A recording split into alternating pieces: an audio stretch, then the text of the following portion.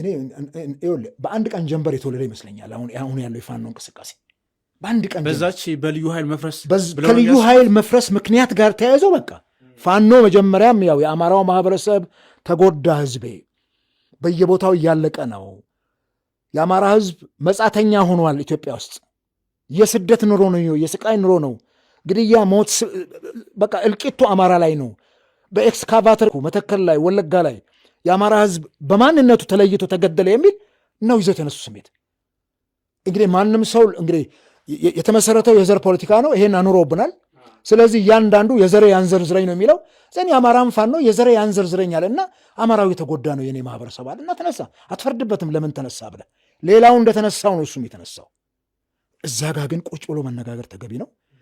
የአማራ ማህበረሰብ የሌላውን ብሔረሰብ ማህበረሰብ በመላው ሀገሪቱ በህገ መንግስቱ መሰረት ተንቀሳቅሶ መስራት፣ መብቱን ማስከበር የአብይ አህመድ መንግስት ኃላፊነት ነው። ይሄን ማድረግ ቢቻል፣ ገዳዮቹን ለፍርድ ማቅረብ ቢቻል፣ የህዝቡን ሰላም ማስከበር ቢቻል፣ ሰራዊት እንኳን ቢያጣ ማህበረሰቡን አስታጥቆ ራሱ እንዲከላከል ማድረግ ቢቻል አገር ትረጋጋለች።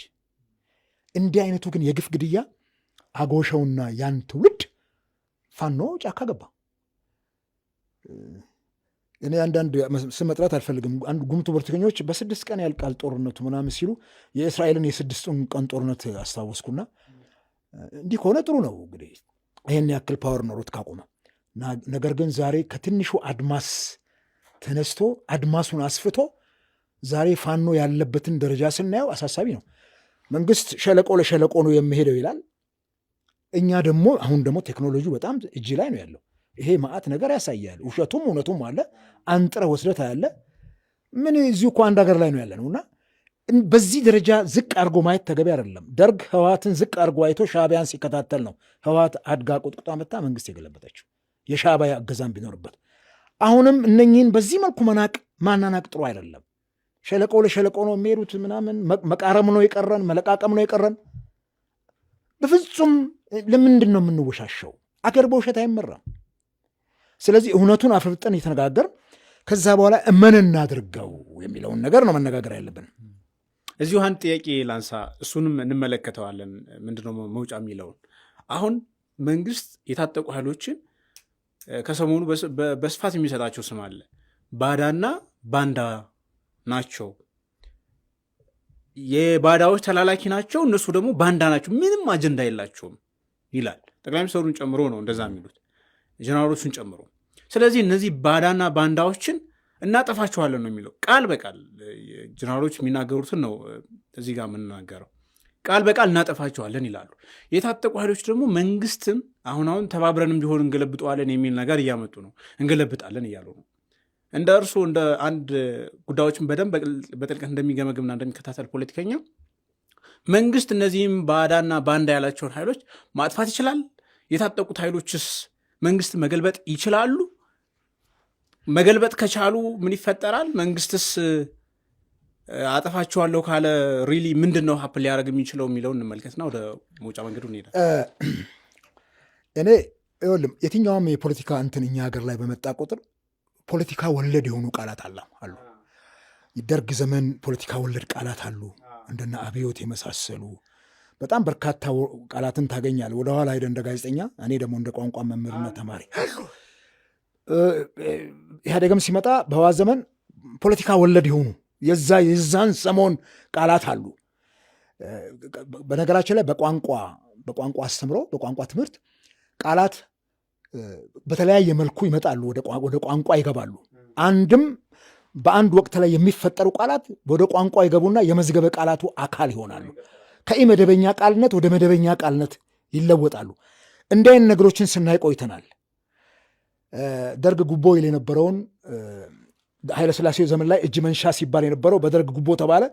በኢህአዴግ ዘመን ደግሞ ሙስና ተባለ። እነኚህ ወርዶች ይመጣሉ ወደ እንትኑ እና እኔ ባዳና ባንዳ ደግሞ የሰሞኑ ቃል ነው። አሁን ሰሞኑ ነው የመጣው ነው። ከዚህ በተለይ ከቀይ ባህር ጥያቄ ጋር ተያይዞ ነው። ማን ነው ባዳ? ማን ነው ባንዳ? በምን ትለያቸዋለህ? ማንነት በቋንቋ ነው የምትለየው እኮ። መቼም በደም የሚለይ ኦሮሞነት፣ በደም የሚለይ አማራነት የለም። በዲኤንኤ ተመርምረህ አታገኘውም ዘርህን። ምናልባት ዘርህን ቋንቋ ከመናገር ልታመለቀው ትችላለህ፣ ወይም ከስም ጋር ካላያያዝከው። ስምም ቢሆን የሆኑ ማንነታዊ መገለጫዎች አሉ። ባህሉ ምኑ ወጉ ምኑ ምን አሉ። ባዳ ማን ነው? መሪዎቻችን እከሌ ባዳ ነው እከሌ ባዳ ነው ሲሉ ባዳ የሚለው ትርጉም እኮ የስጋ ዝምድና የሌለው ነው። በኖርማል ቃሉ አንተ አሁን ለእኔ ዘመድ አይደለም የስጋ ዝምድና ስለሌለን እከሌ እኮ ባዳ ነው ባዳ ይስማው ይባላል። ኖርማል ፍቺው ያ ነው። ያው እንግዲህ የውጭ ኃይሎች እንደማለት ነው በመንግስት አገላለጽ። ለምሳሌ ግብፅ፣ ኤርትራ ይጠራሉ። የስ ባዳ ናቸው። ባንዳ ደግሞ የሚለው ውስጥ ያለውን የነሱ የባዳዎቻችን የትሮይ ፈረስ ናቸው ነው የሚል እንትን ያላቸው። እዚህ ቦታ ላይ መንግስትን ይሄን ልክ አይደለህም ብሎ የሚከራከር ሁሉ ባንዳ ነው ብለህ የምትፈርጅ ከሆነ ይሄ ተገቢ አይደለም። ልክ ነህ የሚልህን ሁሉ እንዴት ባንዳ ነው ትለዋለህ? በነገራችን ላይ በፖለቲካ ዓለም ውስጥ ዘላቂ ወዳጅ ዘላቂ ጠላት የለም። ትላንትና ወዳጅ ከነበርናቸው ጋር ዛሬ እንጋጫለን። ምን እኮ ምን በዶክተር አብይ እኮ ዘመን ከኤርትራ ጋር ሽር ጉድ ተባብለን እኮ በደቂቃ ውስጥ እኮ ወደ ባዳነት ተቀየር። ጥሩ ዘመድ ሆነን ነበር። ልብ አድርግ። ትላንትና ከትግራይ ጋር በነበረው ጦርነት ኤርትራ ገብታ ኢትዮጵያን ድጋፍ አድርጋለች። ምንም የሚዋሽ ነገር አለ? ፀሐይ የሞቀው እውነት ነው። ዛሬ ደግሞ እንደገና እሷ ላይ የጦርነት አታሞ እንደልቃለን። እነኚህን ነገሮች ስናይ ትላንትና ወዳጅ ነበሩ፣ ዛሬ ደግሞ ወደ ጠላትነት ለመቀየር ደግሞ ፍጥነቱ እና በጣም ጥንቃቄ ይፈልጋል። እና እነኚህ ሰዎች በምን መልኩ ነው እኛ ከኤርትራ ጋር መገናኘት የሚገባንና ይህን ባህር መጠቀም የሚገባን? መንግስታችን የዲፕሎማሲ ችግር አለበት። ዲፕሎማት የለንም። በኔ ተራ እውቀት ዲፕሎማት የለንም። መቼም እንደው ፕሮፌሰር ሆኖ መማር ወይም የሆነ ፒኤችዲ ጭነህ መምጣት የለብህም። ይሄን ለማወቅ መረዳት፣ ማንበብ፣ ኦብዘርቭ ማድረግ ለፖለቲከኛ ያስፈልጋል። እኔ የኢትዮጵያ መንግስት ጠቅላይ ሚኒስትር አብይ እኮ አንድም እኮ የኖቤል ተሸላሚ የሆኑት ከኤርትራ ጋር ፈጠሩት ሰላም ስምምነት አይደለ? እሱ እኮ ነው ያሸለማቸው። ትራምፕ እኮ አሁን እየለመነ አጥቷል ኖቤል ለመሸለም። ደግሞ እሱ እንዴት ሰቀቀን እንደሆነበት የኖቤል ሽልማት የአንድ የታላቅ ሀገር መሪ እኮ ሆኖ ነው። እና ይሄን የሚያክል ትራምፕን ያጓጓ ሽልማት ጠቅላይ ሚኒስትሩ ካገኘው ለምን ዛሬ ታዲያ አገሯ ሰላም አትሆነም? ለምንስ ከኤርትራ ጋር ያለው ጉዳዩ ሰላም አይፈታም? ወይ እንዋጋ ከነሱ ጋር ችግር የለውም። እሺ እንዋጋ። የህልውና ጉዳይ ነው፣ ሊያዋጋን ይችላል። በሰላም የማይሳካ ከሆነ እንሄዳለን የሚል አሁን ሊያዋጋን ይችላል። በቃ በሰላም ምክንያቱም የመጨረሻ ጭንቁ ከገባ ምን ታደርጋለህ? ትቀማለህ እኮ። ሌባም እኮ ሲርበው ይሰርቃል እኮ። ግን እንዴት ነው ይሄን ለማድረግ ግን አገር ውስጥ ያለ ሁኔታ የኢትዮጵያን አንድነት የሚፈጥር መሆን መቻል አለበት። በአንድ ሊያቆመን የሚችል ነገር መሆን አለበት። ምናልባት ትላንትና በዘመነ መሳፍንት ኢትዮጵያውያን አገራቸውን አጥብቀው የወዱ ስለነበረ ባንዲራቸውን አጥብቀው የወዱ ስለነበረ የነበራቸው ልዩነትና መከፋፈል ትተው ከጣሊያን ጋር ገጥሞ አሸነፉ። ዛሬ ግን ባለው ዘመናዊ ዘመነ መሳፍንት ምን አገባኝ ይልሃል በዘር ፖለቲካ እንትን ያለው ሰው። ይሄ ደግሞ በደንብ መሬት ላይ እየታየ ነው። የአክሱም ሐውልት ለወላይታ ህዝብ ምኑ ነው ሲባል እኮ ያደገ ሲመራ የነበረ ህዝብ እኮ ነው ያለን። ገባ? ለህዳሴው ግድብ እንቅስቃሴ ሲደረግ እኔ በነበርኩበት ትምህርት ቤት ሳስተምር ለኦሮሞ ህዝብ የህዳሴው ግድብ ምኑ ነው ብሎ ስብሰባ ላይ አንድ ያቀረበ ሰው አለ። በጣም ነው ፊል ያደረግኩት እኔ። አየህ፣ የዘር ፖለቲካው ለያይቶን ይሄ ለእኔ ምኔ ነው፣ በቃ አንተ መሬት የኔ መሬት ላይ ነው። ምንድን ነው እሱ? አንዳንድ ሊቃን አሉ አይደል ለመሬት ጭምር ዘር የሚሰጡ። መሬቱን እኮ አማራ ነው ኦሮሞ ነው ትግሬ ነው ብሎ እኮ የሚሰጡ አሉ። ይሄ መሬት የትኛውም ዓለም ላይ ያለ መሬት ዘር የለውም። ከዚህ አንጻር ከኤርትራ ጋር ያለው ነገር በወዳጅነት እንዲፈታ ዲፕሎማሲ ያስፈልገናል። ዲፕሎማሲያችን ምን ይመስላል የሚለው ነገር ጡረታ መውጫ እንደሆነ ማንም ሰው ያምናል፣ መንግስትም ያምናል። ከኔ የተሻሉ እጅግ የገዘፉ ምሁራንም ይሄን ያምናሉ። ካድሬ ነው የሚመደበው እዛ ቦታ ላይ። ከዚህ ላል 97 ምርጫ አንተ ልጅ ነህ ወይም ሚዲያ ላይ አሁን ተካትለው እንደሆነ ሰሞኑን ከቀይ ባህር ጋር በተያያዘ የአቶ ሬድዋን ሁሴንን ሀሳብ አቅርበውታል በክርክር። የዛን ጊዜ በዛ ደረጃ ላይ ይናገሩ የነበሩት አቶ ሬድዋን ዛሬ ደግሞ የብልጽግና ስልጣን ላይ ወጥተው ስለ ቀይ ባህር ሲነግሩን ምን አይነት ዘመን ላይ ደረስን? በቃ የዚህን አይነት የሀሳብ መዋዠቅ በአንድ ሀገራዊ ጉዳይ ላይ ትናንትና ለምን አልሞገቱም? እንደዛ እዛ የቅንጅት ሰዎች እንደዛ የባህር በርን ጉዳይ ሲጠይቁ እንደ ዶክተር ያዕቆብ አሰብ የማናት የሚል መጽሐፍ ጽፎ ሲሞግቱ ኢትዮጵያውያን በመቶ ሺህ የሚቆጠሩ ከመላው ዓለም ደሄግ ተፈራርሞ ሲወስዱ የዛን ጊዜ አቶ ሬድዋን እኮ ነገር ልጭሩ ነው የኤርትራ እንትን ነው ሲሉን ቆይተው ዛሬ ደግሞ እንደ ውህ ያሰኛል እኮ የዚች ሀገር ፖለቲካ። ቅስምህን ነው በቃ ወገበ ነጭ ታውቃለህ። ወገበ ነጭ ማለት ወላዋይ ማለት ነው። እንዲህ አይነት ሰዎች ታያለህና ኢትስ አሜዚንግ። እኔ ዘመኑን ደግሞ ይሄ ደግሞ ስለሚቀመጥ አየህ ይወጣል፣ ኤቭሪ ተጎለጎለ ይወጣልና በአንድ ወቅት የተናገርከው ነገር ምናልባት እኔ አበበ ዛሬ የተናገርኩት የሚቀጥሉት 10-15 ዓመታት እግዚአብሔር በህይወት ካኖረኝ እንግዲህ የምናገረው ነገር ትግሉ ምን ችግር አለ? ተቀምጧል እኮ አርካይቭ ተደርገዋል። ስለዚህ ይሄንን ግምት ውስጥ አስገብቶ ሄደውና እኔ ጌታቸውም እግዚአብሔር ይስጠው ጦርነቱ አይነሳም፣ ሁለቱ መሪዎች ይፈታሉ ብለዋል መህዲ ጋር። እሱ እንዳለው ይሁንልን፣ እንዳፎ ያድርግልን። ጦርነት የሚባል ነገር በሁለቱ አገሮች መካከል ከተነሳ የዓለም ኢንተረስት ቀይ ባህር ላይ አለ ማየት ነው።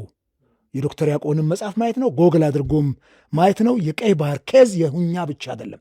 በርካታ ምዕራባውያን በርካታ የአገር ሀገሮች ፍላጎት ነው። ከፍተኛ የንግድ መርከቦች የሚንቀሳቀሱበት ኤሪያ ነው፣ መተላለፊያ ነው።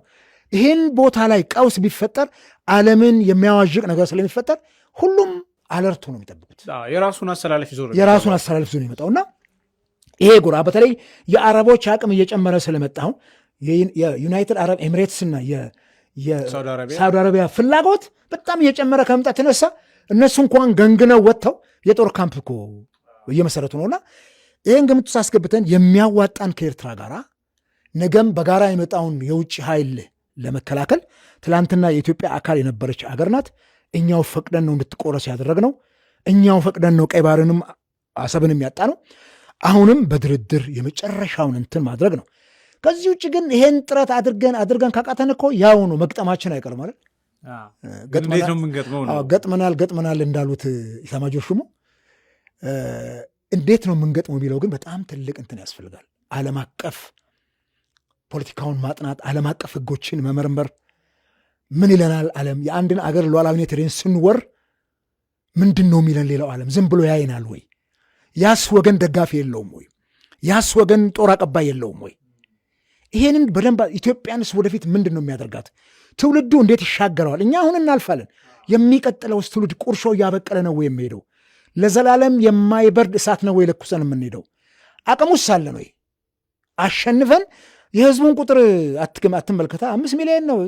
ወጣት የላት ያረጀ ሽማግሌ ያዘች አገር በሚለው ብቻ ከኋላ የተሰለፈው ኦሪጂናል ነገር ስለሆነ ብቻውን ሊሆን አይሆንም። ኢትዮጵያ ውስጥ የሚያኮረፈ እኮ አለ መንግስትን። አሁን ነፍጥ አንግበው ጫካ ገብተው መንግስትን የሚወጉትን ናና ከኔ ጋር ሰልፈ ኤርትራን ወጋ ብትለው ሪሊ ይሰልፋል ወይ?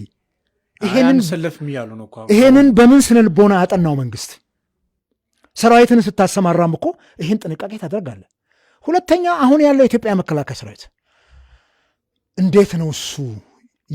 የብሔር ተዋጽኦ ጭምር ምንድን ነው ይመስለው? አሁን ምንድን ነው ውስጡን ለቄስ ሆኖ ነው አይደል የምናየው? ምንድን ነው ያኮረፉ ብሔር ብሔረሰቦች አሉ ወይ እዛ መከላከያ ውስጥ? እውነትን እነጋገራ። ይህን እኮ ነው የምታደርገው። የታጠቀው መከላከያ ውስጥ አሉ ወይ?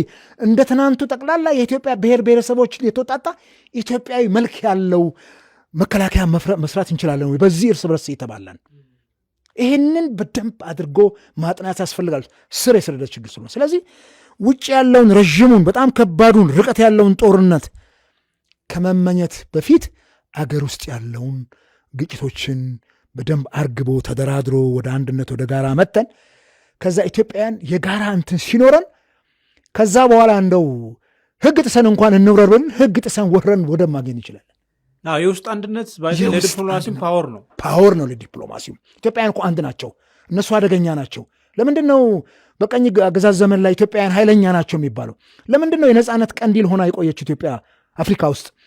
ጣሊያንን አሸንፋል። በዩኒቲዋ ተከፋፍለው ነበር፣ ግን አንዱ ነው ነገስታቱ። ይህንን ግምት ውስጥ አስገብቶ መንግስት እነኝህን ችግሮች ሳይፈታ ይህን እንደው ዝም ብሎ የአንድ ሰሞን እንትን ከሆነ መንግስትንም ትዝብት ላይ ጥለዋል። መሪዎች የሚናገሩት ነገር እኮ መሬት ላይ ወርዶ የማይተገበርና የማይበቅል የማይተከል ከሆነ ህዝቡ እኮ ይታዘባል። ሌላ ጦስም ያመጣል። ይታዘባቸዋልም እንጂ ውሸታም እኮ ያሰኛቸዋል መሪዎችን። ተራው ሰው እኮ ቢዋሽ፣ እኛ ተራ ፖለቲከኞች ብንዋሽ ይችላል። መንግስት ከሚዋሽ መሪ ከሚዋሽ ውሸታም ያስብለናል። እማንታመን ያደርግ። ልክ የበጎቹን እረኛ ቀበሮ የበላበትን እረኛ ነው የሚያስመስለና ይህን ግምት አስገብቶ የአፍሪካን ቀንድ ጂኦፖለቲካ በደንብ አጥንቶ ዲፕሎማሲያችን ጠቃኝቶ እሳት የላሱ ዲፕሎማቶች፣ የተቀኙ ዲፕሎማቶች አቅማቸው ተፈትሾ በካድሬነት ወይም እዚህ አሁን ብልጽግናም ኢህአዴግም ሲያደርግ እንደነበረው የጡረታ መውጫ ልክ አንድ ስልጣን ላይ ስታነሳው የኮሚኒኬሽን ጉዳዮች ሚኒስትሩ አቅም አንሷቸው እንደወረዱ ይታወቃል። ምንም ጥርጥር የለው። አቅም ሳይኖራቸው ነው ድሮ መዛ ቦታ የተቀመጡት። አሁን ደግሞ ተነስተው ጅቡቲ ላይ አሁን ጅቡቲ እኮ በጣም ከባድ ዲፕሎማሲ የሚፈልግ ቦታ ነው። አሁን ጅቡቲ ትንሽ ሀገር ናት ብለን ነው የምናስበው። ለእኛ ዲፕሎማሲ ከነ አሜሪካን ባልተናነሰ መልኩ በጣም በርካታ ነገሮቻችን በጅቡቲ ወደብ ነው ይገባው። ምስጢራችን ሁሉ በጅቡቲ ወደብ ነው። የትጥቅ ኃይላችን ጭምር በጅቡቲ ወደብ ነው ይገባው። ይሄንን ቦታ ላይ በጣም አድምቶ መስራት የሚችል ዲፕሎማት ያስፈልገናል።